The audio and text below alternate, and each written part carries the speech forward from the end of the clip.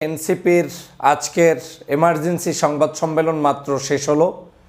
আমি সেই সংবাদ সম্মেলনটি সম্পূর্ণ দেখার চেষ্টা করেছি। সংবাদ সম্মেলনের বিষয়বস্তুগুলোর দিকে আমার নজর ছিল এ কারণেই যে বাংলাদেশে আজকের সেই সকাল থেকেই আপনারা জানেন যে হাসনাত আবদুল্লাহকে কেন্দ্র করে তিনি যে পোস্ট করেছেন, এই পোস্টকে কেন্দ্র করে বাংলাদেশের বিভিন্ন জায়গায় রাজনীতিতে আলোচনা, সমালোচনা, পর্যালোচনা বিভিন্ন ধরনের কথাবার্তা প্রচলিত ছিল। সে কারণেই আজকের তাদের এই সংবাদ সম্মেলনটি অত্যন্ত গুরুত্বপূর্ণ হিসেবেই আমি দেখেছি। কিন্তু সংবাদ সম্মেলনটি অত্যন্ত ছোট্ট আকারে ছিল। তাদের মূল মেসেজটা ছিল যে বাংলাদেশের আওয়ামী লীগের রাজনীতি নিষিদ্ধ করতে হবে এবং আওয়ামী লীগ কোনো অবস্থায় ফেরত আসতে পারবে না, সেটা দেশি কিংবা বিদেশি কোনো এজেন্সি কিংবা কোনো ব্যক্তি কিংবা কোনো ধরনের ক্যান্টনমেন্ট কিংবা ভিতর বাহির কারো কাছ থেকে নয়। এবং রাজনীতিতে প্রভাব বিস্তার করবে শুধুমাত্র রাজনীতিবিদরাই, রাজনীতির আগামী দিন নির্ধারণ করবে, সেখানে কোনো কারো প্রেসক্রিপশনে চলবে না, এই বিষয়টি স্পষ্ট আমি হয়েছি। কিন্তু এখানে বক্তব্যের মধ্যে সাংবাদিকদের প্রশ্নের মধ্যে কিছু বিষয় আমি লক্ষ্য করেছি যে তারা ইচ্ছা করেই এখানে কিছু তালগোল পাকাতেও এসেছেন। যেমন তাদের একটি প্রাসঙ্গিক ছাড়াই প্রশ্ন ছিল যে জামাত ইসলামকে বাংলাদেশে তারা ৭১-এর জন্য ক্ষমা চায়নি, আওয়ামী লীগ এখন ক্ষমা চাবে, বিষয়টি কেমনভাবে দেখছেন?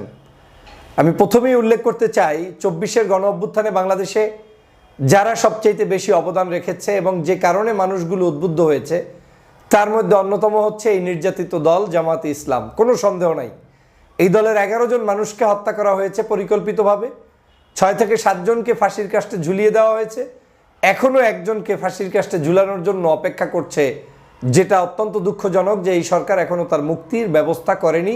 এটিএম আজহারুল ইসলাম এখনও জেলের মধ্যে আছে। অন্যদিকে এই দলেরই বিভিন্ন অনুসারীরা গুম হয়েছে, খুন হয়েছে, হত্যার শিকার হয়েছে। বাংলাদেশের সবচেয়ে জনপ্রিয় ইসলামিক স্কলার আল্লামা দেলোয়ার হোসেন সাঈদী সাহেবকে পর্যন্ত এই আওয়ামী লীগ তখন হত্যা করেছে পরিকল্পিতভাবে ইনজেকশন পুশ করে, এবং তার এই হত্যাকাণ্ডটির মধ্য দিয়ে বাংলাদেশের একজন কোরআনের পাখিকে আমাদের বিদায় দিতে হয়েছে, যেটা আমাদের জন্য, দেশের জন্য, মানুষের জন্য অত্যন্ত বেদনাদায়ক ছিল। সামষ্টিক সব বিষয় বিবেচনা করে এবং শেখ হাসিনা গত ১৬ বছর জামাত শিবিরকে যেভাবে ট্যাগ দিয়েছে এবং বাংলাদেশের ইসলামী মূল্যবোধের মানুষগুলোকে যেভাবে জুলুম করেছে, তারপরে যুদ্ধাপরাধী ট্যাগ লাগিয়ে যেভাবে মানুষদেরকে রাজাকার বানানোর চেষ্টা করেছে, এর প্রতিবাদ হিসাবেই ৫ তারিখ কিন্তু সংগঠিত হয়েছে। আমি আশা করেছিলাম এনসিপির নেতারা জোর গলায় আরেকটু শক্ত ভাষায় এই কথাটা উপস্থাপন করবেন।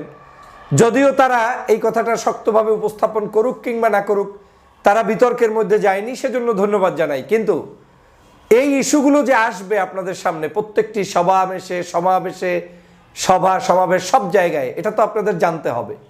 কারণ এই বাংলাদেশে আপনারা এই ডানপন্থী মানুষদের সাথে সুসম্পর্ক রাখেন, এটা কেউ চাবে না। আপনাদের সম্পর্ক নষ্ট করার জন্য শেখ হাসিনা যেভাবে গত ১৬ বছর ট্যাগিংয়ের রাজনীতি করেছে, একই উপায় আপনাদের সাথে করানো হবে। তারই অংশ হিসেবে সাংবাদিক এই প্রশ্ন আপনাদেরকে করেছে যে জামাত বিষয়ে আপনাদের মন্তব্য কি? জামাত বিষয়ের মন্তব্য কি? জামাতের বিষয় মন্তব্য তো ক্লিয়ার যে ২৪-এর আন্দোলনের সংগ্রামের শেখ হাসিনা একজন ব্যক্তিকে রাজাকার বলার কারণে সমগ্র মানুষ সেখানে আপনার কি বলে বেগম রোকেয়া হল থেকে শুরু করে সব জায়গা থেকে বের হয়ে মিছিল করে, মিটিং করে তারপরে রাজপথে নেমে গিয়েছে এই শুধু শেখ হাসিনার শব্দচয়নের জন্য। তো শেখ হাসিনা যেই শব্দচয়ন দিয়ে রাজাকার বানায়, আলবদর বানায়, যুদ্ধাপরাধী বানায়, ওই শব্দচয়ন তো আমাদের ইতিহাসের আলবদর আল শামস না, ওই শব্দচয়ন তো আমাদের ইতিহাসের সত্যিকার কোনো সঠিক তথ্য না। বাংলাদেশের ইতিহাসে ১৯৭১ সালের সকল অপরাধ, যেটাকে মানবতা বিরোধী অপরাধ বলে, তার ১ নম্বর দল হচ্ছে আওয়ামী লীগ। যেই আওয়ামী লীগের সংখ্যায় রাজাকার বেশি, যেই আওয়ামী লীগের সংখ্যায় আলবদর বেশি, যেই আওয়ামী লীগের সংখ্যায় আল শামস বেশি, যেই আওয়ামী লীগ নির্যাতন করেছে, নিপীড়ন করেছে, বাড়ি দখল করেছে, হিন্দুদের বাড়িগুলো দখল করেছে, অত্যাচার করেছে এবং স্বাধীনতার সময় দেশ থেকে পালিয়েছিল, কেউ ছিল জেলে, কেউ ভারতে বসে চা কফির টেবিলে মত্ত ছিল। আজকের তারা যদি আপনাকে প্রশ্ন করে যে কে ক্ষমা চাবে কি চাবে না, কিসের ক্ষমা চাবেন, কার কাছে ক্ষমা চাবেন? 53 বছর পরে জামাত ইসলাম কিংবা এই দল বা ইসলামী মূল্যবোধের কারোর সাথেই বাংলাদেশের আর কোনো যুদ্ধ অপরাধী কিংবা সেই মানবতা বিরোধী অপরাধের কোনো সংগঠিত হওয়ার কোনো নজির, তালিকা, কোনো লিঙ্ক আপ কিছুই নাই। তাদের সাথে আপনি এই প্রশ্ন করে জাতিকে বিভ্রান্ত করার অর্থই হচ্ছে আওয়ামী লীগকে পুনর্বাসন করার একটা স্কোপ দিয়ে দেওয়া, যে আওয়ামী লীগ 24 সালে চোখের সামনে গুলি করেছে, এটাকে আপনার জায়েজ করে দেয়া। নো, এই সকল অপতৎপরতা সম্পর্কে জ্ঞান অর্জন করে তারপরে কথা বলতে হবে, জাতির কাছে প্রশ্নবিদ্ধ হবে। যদি আজকের এই জাতির সবচাইতে জুলুম নির্যাতনের শিকার যেই মানুষগুলো ছিল, সেই মানুষের কারণে 5ই আগস্ট সংগঠিত হয়েছে, দেশনেত্রী বেগম খালেদা জিয়াকে জেলের মধ্যে পুড়ে মেরেছে, শেষ করতে চেয়েছে, চিকিৎসা দেয় নাই, এটা হচ্ছে নির্যাতন। তারেক রহমান সাহেবের উপরে মামলার পর মামলা, এটা হচ্ছে নির্যাতন। সব দল মতের মানুষদেরকে অত্যাচার করেছে, এটা নির্যাতন।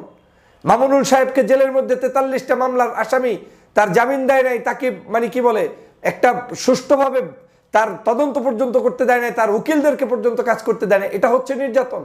চরমনার পীরের উপরে আক্রমণ করেছে, দাঁত ফেটে দিয়েছে, ঠোঁট ফেটে দিয়েছে, এটা হচ্ছে নির্যাতন। এখন যারা নতুন করে আবার সেই 71কে সামনে এনে বিতর্ক সৃষ্টির পায়তারা করবেন এবং সেটা সম্পর্কে রাজনৈতিক যারা রাজনীতিবিদ আছেন, আপনারাও সঠিক উত্তর থেকে ইনিয়ে বিনিয়ে পাশ কাটিয়ে যাবেন, তাহলে আপনাদের রাজনীতি সারশূন্যতে পরিণত হবে। এই বাংলাদেশের রাজনীতির এস্টাবলিশমেন্টের জন্য সবার আগে আপনাকে সিদ্ধান্ত হবে 2013 সালের শাহবাগীরা যা করেছে সেটা কি হালাল ছিল না হারাম ছিল। 2013 সালে শাহবাগীরা যা করেছে সব অন্যায় ছিল। 2013 সালে শাহবাগীরা যেভাবে যে প্রক্রিয়ায় এই দেশের স্কুল কলেজ বিশ্ববিদ্যালয়গুলোকে অন করেছে, অফ করেছে, খোলা রেখেছে, বন্ধ রেখেছে, সব অন্যায় ছিল। বিরিয়ানি খিচুড়ি খেয়ে তারপরে কাদের মোল্লা থেকে শুরু করে সাইদি সাহেব শুরু করে সব মানুষদেরকে অন্যায়ভাবে ফাঁসি দিয়েছে, সব ভুল ছিল। এখন সেই ভুল পথের বাংলাদেশ থেকে মানুষ উত্তরণের জন্য 24-এর গণ অভ্যুত্থান করেছে। 24-এর গণ অভ্যুত্থান কেউ সিগারেট খাওয়ার জন্য, মদ খাওয়ার জন্য, রাস্তার পাশে চিতায়ে থাকার জন্য কিংবা আপনার হেলোমেলোভাবে চলাফেরার জন্য করে নাই। 24-এর গণ অভ্যুত্থান কেউ করে নাই যে বাংলাদেশের নর্তকীদের আনাগোনা বাড়ানোর জন্য। 24-এর গণ অভ্যুত্থান কেউ করে নাই যে আমার মুক্ত স্বাধীনতা, এর এই যে ধর্মভিত্তিক দলগুলোকে নিষিদ্ধ করতে হবে, সেজন্য 24-এর গণ অভ্যুত্থান করে নাই। 71-এও আপনারা বিকৃত ইতিহাস তৈরি করেছেন। ইসলাম প্রিয় মানুষরা যুদ্ধে জয়ী হয়েছে, সংযুক্ত থেকেছে, তাদেরকে মুক্তিযুদ্ধের ইতিহাস থেকে বিতাড়িত করার চেষ্টা হয়েছে। 24-এও এসে আবার আজকের একটি অপকৌশল অপতৎপরতা শুরু হয়েছে। ধর্মভিত্তিক দলগুলোর অবস্থান ছিল ক্লিয়ার, মিছিল করেছে, মিটিং করেছে, অংশগ্রহণ করেছে, তাদেরকে আবার রাষ্ট্র কাঠামো থেকে দূরে রাখার জন্য 71-কে সামনে আসার পায়তারা শুরু করেছেন।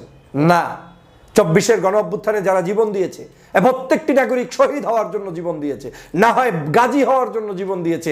ইসলামিক থটের উপর ভিত্তি করে তারা এই আন্দোলনে সম্পৃক্ত হয়েছে। তারা কোনো দুনিয়াবি এমপি, মন্ত্রী কিংবা কোনো বিশেষ কিছু পাওয়ার জন্য হয় নাই। আজকে আমাদেরকে সেটা জাতির কাছে জানাতে হবে। এত কিছুর জন্য এই বাংলাদেশের যে রক্ত ঝরেছে, এই রক্ত ঝরা ইতিহাসকে আপনাদের লালন করতে হবে। আর যদি বিকৃতভাবে এখনো সাংবাদিকরা এই ধরনের উপস্থাপন করেন, তাহলে বুঝতে হবে বাংলাদেশের এই সাংবাদিকতার জগতের লোকগুলো এখনো হাসিনার দালালরা বসে বসে তারপরে এই কাজ করছে। এ সকল প্রশ্ন তোলা বন্ধ করুন। আর আপনারাও যারা প্রশ্নের উত্তর দিবেন, তারাও প্রশ্নটার উত্তর কায়দা মতো, জায়গা মতো দিয়ে দেন। আমার সাথে কার ঐক্য হবে হবে না, আমি কার সাথে বসবো না, সে সিদ্ধান্ত আমার। এই বাংলাদেশের 53 বছর পরে, স্বাধীনতা যুদ্ধের পরে, আর এই 53 বছর পরে এখন আর বিভাজনের রাজনীতি নাই।